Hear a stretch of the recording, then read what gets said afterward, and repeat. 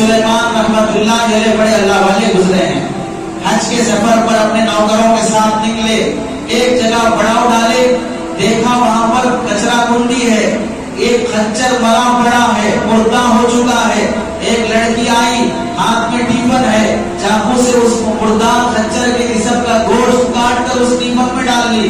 جانے لگی. ربیع بن سلیمان رحمت اللہ علیہ نکلے پیچھے پیچھے, دروازے کی سوراخ سے جھانک کر دیکھنے لگے تو اسے کاٹ کر چھیل کر اسے ہانڈی میں بھوننے کی کوشش کی جا رہی ہے.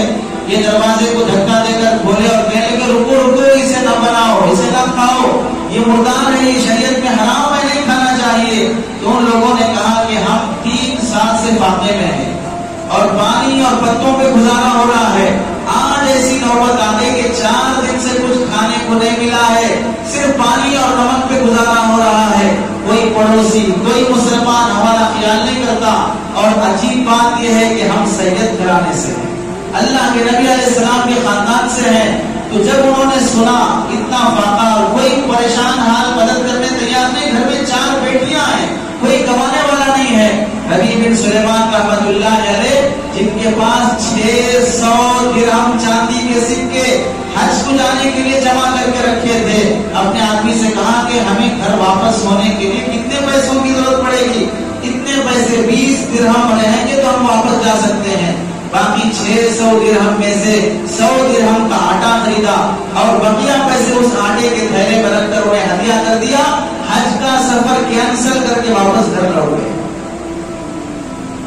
وہ بزرگ ہیں, اللہ والے ہیں, انہیں معلوم نہیں کہ حج کا ثواب کتنا ہے اور اس غریب کی مدد کرنے کا ثواب کتنا ہے. انہیں ثواب کی فکر نہیں پڑی تھی, سامنے والے کی ضرورت کی فکر پڑی تھی. اللہ نے ضرورت پر خرچ کرنے کا کیا اجر دیا, واپس آ گئے. حج کو نہ جانے کا افسوس نہیں, حج کو نہ جانے کا افسوس کچھ نہیں ہے, میں خرچ کر دیا ہوں, آرام سے اپنے گھر میں. حج ختم ہوا, اب جو حاجی واپس آ رہے ہیں, ایک مل کے کہہ رہا ہے کہ آپ کا خیمہ میرے خیمے کے بازو بازو تھا, آپ کو کوئی دوسرا کہہ رہا ہے کہ طواف میں ہم دونوں ساتھ تھے, کوئی کہہ رہا ہے کہ مینا میں ہم دونوں ساتھ تھے, کوئی کہہ رہا ہے کہ صفا مروہ پہ آپ میرے کو پانی زمزم کا پانی پلائے تھے. ایک آدمی آ کر ایک تھیلی دیا جس پر سل لگی ہوئی تھی, مہر بندھا ہوا تھا. وہ کہنے لگا آپ مینا طواف کرتے کرتے ذرا جلدی میں تھے تو میرے کو یہ تھیلی دی اور بولے کہ امانت ہے, پکڑو, بعد میں لیتا ہوں, اس کے بعد دکھے گا آپ. اب یہ پریشان نہیں بنا, حج کو گیا, نہ طواف, نہ مینا, نہ مزدلفہ. لوگ کیا کہہ رہے ہیں, رات ہو گئی, سو گئے.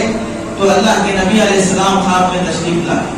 آپ علیہ السلام نے فرمایا کہ ربیع اور کتنے گواہ قائل کرو تیرے حج کی قبولیت پر, تو نے میرے خاندان سید گھرانے والوں کا اکرام کیا ہے. اللہ نے اس کے بدلے میں تیری طرف سے فرشتے کو تیری شکل میں بھیجا ہے, وہ تیری طرف سے حج کیا ہے. لوگ اس سے دیکھ کر تجھے سمجھ رہے ہیں.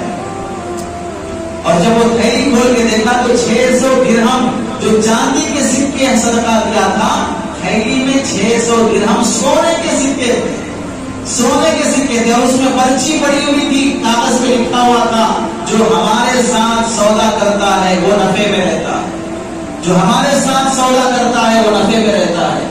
اس واسطے رمضان کے موقع پر سید گھرانے والوں کا اکرام کرو. لوگ ویسے بھی ان کو صدقہ خیرات زکات نہیں دیتے ہیں, ان کی بیٹیوں سے شادی کرنے تیار نہیں ہوتے ہیں کہ مسلمان سید گھرانے والوں کی لڑکیوں سے شادی کریں گے تو پھر وہاں ان کی طرف پیٹ نہیں کرنا, ان کو جھاڑو نہیں دینا, ان سے کام نہیں کرانا. یہ سوچ کر سید گھرانے والوں سے رشتہ نہیں کرتے اور زکات نہیں دیتے کہ سید گھرانے والوں کو نہیں چلے گا. تو ان بیچاروں کا اللہ کے نبی کے خاندان کا گزارا کیسے ہوگا؟ کیا وہ دکھائیں گے اللہ کے نبی علیہ السلام کو ہم کل قیامت کے دن کہ آپ کے خاندان کے لوگ بھیک مانگ کے گزارا کر رہے ہیں اور ہم اپنی عیاشی اور مزے میں لگے ہوں؟ اس واسطے ثواب سے زیادہ آدمی سامنے والے کی محتاجگی کو دیکھے اور خرچ کرے.